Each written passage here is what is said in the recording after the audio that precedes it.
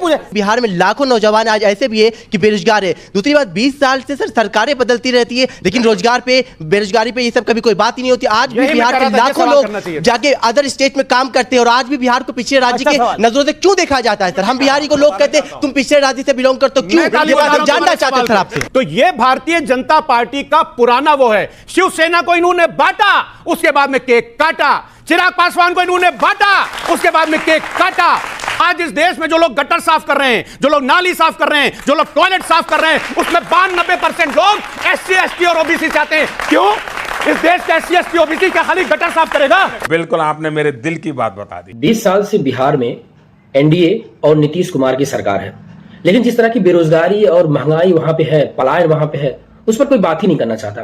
BJP की एक कला है कि जैसे ही वो सत्ता में आती है वो सब कुछ भूल जाती है, सारे वादे भूल जाते हैं। क्या उन्होंने वादे किए थे, क्या लोगों से उन्होंने कहा था, सब कुछ भूल जाते हैं वो, क्योंकि वो जुमले में आ जाता है। लेकिन जैसे ही वो चुनाव नजदीक आता है, वो हिंदू मुस्लिम का एक सबसे बड़ा मुद्दा उठाते हैं। इस समय बिहार में ये लोग घुसपैठिए की बात कर रहे हैं। आप देखिए, ये पूरा वीडियो आपको खूब समझ में आएगा अच्छी तरह। भी और पोरस के बीच में बटे तो अलेक्जेंडर के हाथों कटे, जब पृथ्वीराज चौहान और जयचंद के बीच में बटे तो गोरी के हाथों कटे, जब मान सिंह और महाराणा प्रताप के बीच में बटे तो अकबर के हाथों कटे, जब मिर्जा राजा जय सिंह और छत्रपति शिवाजी महाराज के बीच में बटे तो अकबर तो औरंगजेब के हाथों कटे। तो जयचंद से लेकर जोगिंद्रनाथ मंडल तक का इतिहास है, बटेंगे तो कटेंगे, ये इतिहास का यथार्थ है, इसका चुनाव से कोई लेना देना नहीं। ओके, फराज किद भाई आपकी बारी है। फराज किद भाई आपके पास आता हूं, आपके 60 सेकंड है। मैं आपसे जानना चाहता हूं, ये चुनाव आया है इसीलिए तनाव आया है क्योंकि बिहार का चुनाव है। देखिए अमीर जी, मैंने सुधांशु जी को बड़े ध्यान से सुना और इन्होंने शुरुआत की बटेंगे तो कटेंगे बिहार से लेकर के। सुधांशु जी, मैं आपसे पूछना चाहता हूं कि चिराग पासवान जी की पार्टी और उसके परिवार को किसने बांटा? किसने नीतीश कुमार जी के ऊपर चिराग पासवान को बैठा करके उन 1 नंबर की पार्टी को 3 नंबर कर दिया? तो साहब, आपने बांटा भी चिराग पासवान जी की पार्टी को और उसके बाद में केक काटा भी। तो यह भारतीय जनता पार्टी का पुराना वो है, शिवसेना को इन्होंने बांटा, उसके बाद में केक काटा। चिराग पासवान को इन्होंने बांटा, उसके बाद में केक काटा। अकाली दल को इन्होंने बांटा, उसके बाद में केक काटा। ये केक काटते हैं और खाते हैं। अपने सहयोगियों को जो बांटे उसका समझ लिए क्या होगा। अभी इन्होंने बात 1950 की। मैं आपकी सारी बातों से सहमत हूं। पाकिस्तान वो आतंकिस्तान कंट्री है जिसने हमारे जो हिंदू भाई हैं उनके साथ बहुत अत्याचार किया है। लेकिन सुधांशु जी, एक बात याद रखिएगा, नोट कर लीजिए जल्दी जल्दी, कि इस देश का पीडीए समाज जब बटा तो 69,000 शिक्षक भारतीयों का आरक्षण कटा। इस देश का पीडीए समाज जब बटा तो इस देश के सेंट्रल यूनिवर्सिटीज में प्रोफेसर और असिस्टेंट प्रोफेसर का आरक्षण कटा। इस देश का पीडीए समाज जब बटा तो आईआईटी भुवनेश्वर में एससी, एसटी, ओबीसी का आरक्षण कटा। इस देश का जब पीडीए बटा, ज्ञान देव आहूजा के जरिए टीकाराम जूली का सम्मान कटा। इस देश का जब पीडीए बटा, एक यादव कथावाचक की चोटी को काट करके उसके ऊपर पेशाब करके उसका सम्मान कटा। तो आप तो 1950 की बात कर रहे हैं सुधांशु जी, ये डिबेट खत्म हो जाएगी, लेकिन इस देश के एससी, एसटी और ओबीसी का जो सम्मान आपने काटा है उसका जवाब आप नहीं दे पाएंगे। अब रही बात इसकी, तो आरक्षण की बात, अरे काटना छोड़िए, आप तो साफ कर देते हैं। सुनिए, अलीगढ़ मुस्लिम यूनिवर्सिटी, इन्होंने कहा minority institution SC, ST, OBC का आरक्षण साफ।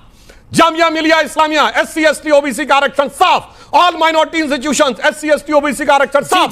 कश्मीर, इन्होंने कहा माइनॉरिटी स्टेट हो गई, एससी, एसटी, ओबीसी का रिजर्वेशन साफ। सुधांशु जी, ये पूछना चाहता हूं, आप सांसद हैं, संसद के अंदर ये रिपोर्ट पेश की गई है, social justice and empowerment ministry की ये रिपोर्ट है कि आज इस अमृत काल में इस देश में अगर दलितों के ऊपर सबसे ज्यादा कहीं अत्याचार हो रहे हैं तो उत्तर प्रदेश में हो रहे हैं। झूठ बोल रहा हूं तो मैं बता दीजिए।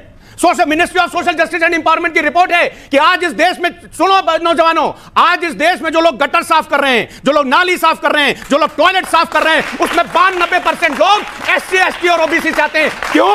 इस देश के एससी, एसटी, ओबीसी क्या खाली गटर साफ करेगा? जो मायावती जी ने कहा ना कि इनको बाद में याद आता है, वो अब मैं बताना चाहता हूं। 2014 में सरकार गई है, 3 ओबीसी मिनिस्टर्स के नाम बताइए यूपीए सरकार के, बोलिए।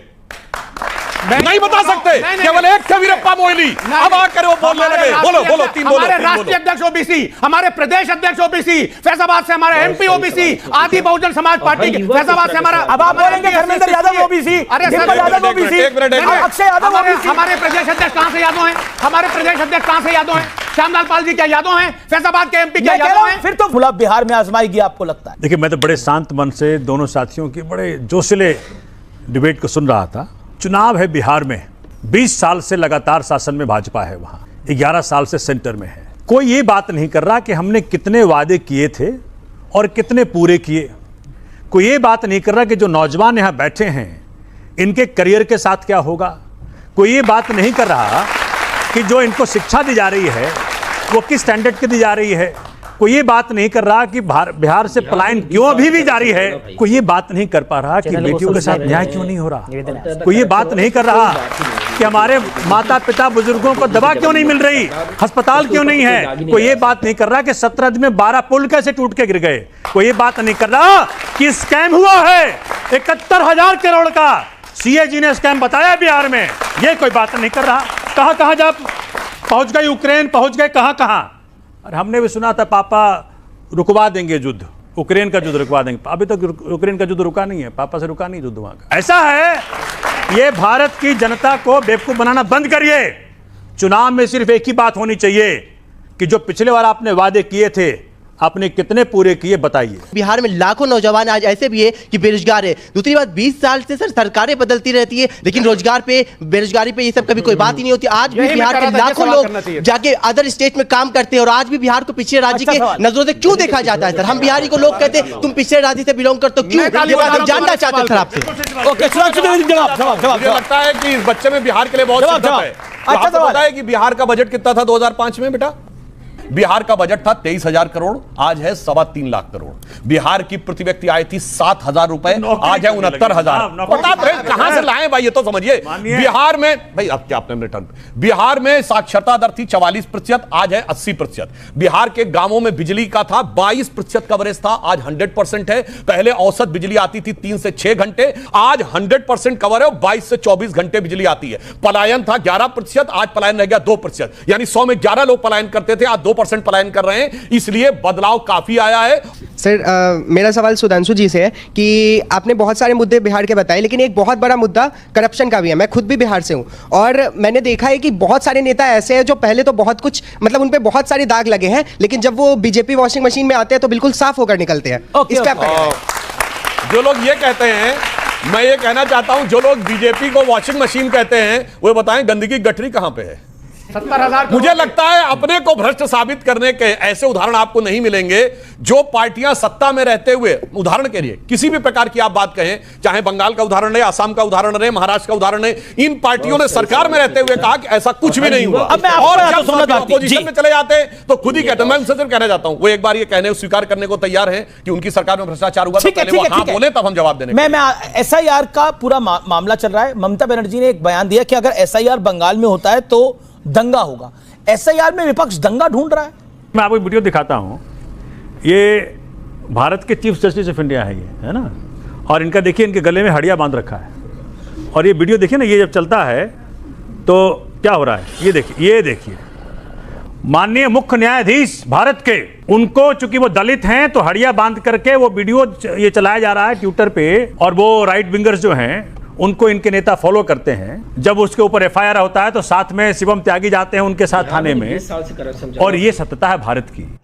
आप लोगों ने पूरा वीडियो देखा। क्या डेवलपमेंट, नौकरी, जातिवाद और छुआछूत जैसे मुद्दों को चुनाव में लाना चाहिए या नहीं लाना चाहिए, या सारे मुद्दे हिंदू मुस्लिम और दूसरे को झूठे आरोपित करने में ही खत्म हो जाने चाहिए? अगर आपको ये वीडियो अच्छा लगा हो तो आप हमारे चैनल को सब्सक्राइब करें, लाइक करें और शेयर करें। ऐसे ही डिबेट और वीडियो आपके लिए मैं लाता रहूंगा। Thank you.